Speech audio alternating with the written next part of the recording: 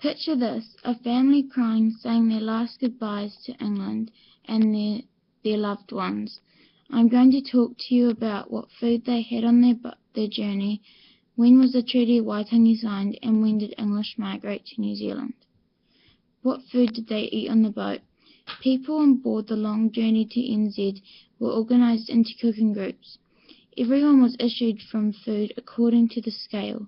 The amount of food for an adult was 3/4 of a biscuit, 1 piece of Indian beef, only Thursday and Saturday, half of pork 3 times a week, half of preserved meat twice a week, half of flour and half pint peas a day, 1/4 of rice and 3/4 of potato 4 times a week, plus butter, sugar, tea, coffee, raisins, pickled cabbage, salt, mustard and water. Kids got part of the adults' meal. Thousands of people from England, Wales, Scotland and Ireland left their homes in the 19th century to travel in tiny sailing ships to NZ. When was the Treaty of Waitangi signed?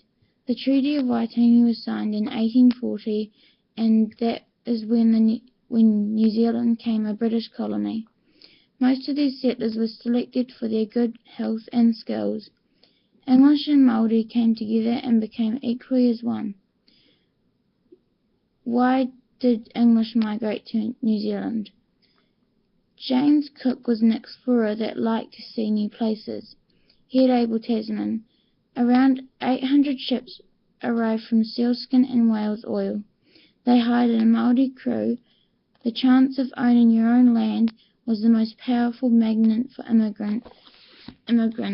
If you were born landless in Britain, the chances were you would die landless. People were told you only had to tickle New Zealand soil and things would start to grow. Conclusion. New Zealand has changed massively since the 19th century. English and Māori came together and became equally as one.